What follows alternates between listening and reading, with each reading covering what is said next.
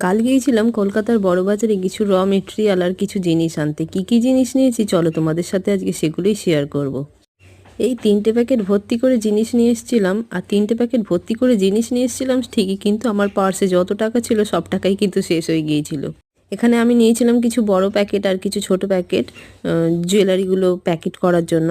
আর সুতো নিয়েছিলাম। সুতো কেন নিয়েছি, ওখানে টার্সেলগুলোর এত দাম বলছিল, সেই কারণে আমি সুতোগুলোই নিয়েছি যাতে টার্সেল তৈরি করে ফেলতে পারি। আর কিছু নিয়েছিলাম এই সাদা বিডস আর হাঁসুলির জন্য এই জিনিসগুলো, আর যা র মেটেরিয়াল লাগে যে জুয়েলারি বানানোর জন্য, তারপরে ইয়াররিংসগুলো তৈরি করে হুক লাগানোর জন্য, সেগুলোই সব নিয়েছিলাম।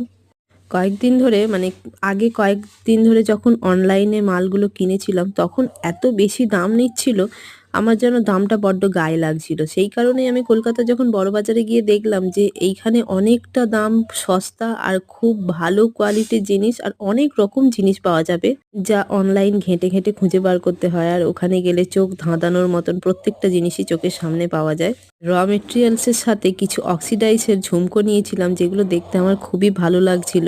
আর কিছু গোল্ডেন লেস ও যে ব্লাউজে বাঁধার যে দড়িগুলো হয় ওগুলো নিয়েছিলাম, যেহেতু আমি সেলাইয়েরও কাজ করি টুকটাক মাঝে মধ্যে। এই সবই ছিল আমার কেনাকাটা। আর এই ঝুমকোগুলো তোমাদের সাথে না শেয়ার করে তো আমি পারছিই না।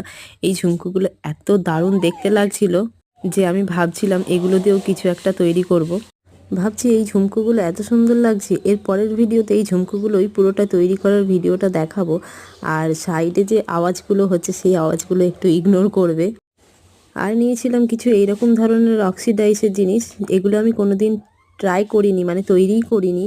তাই এগুলো আমি কিছুটা তৈরি করার চেষ্টা করব, আর কিভাবে তৈরি হয় সেটাও তোমাদের সাথে আমি দেখাবো।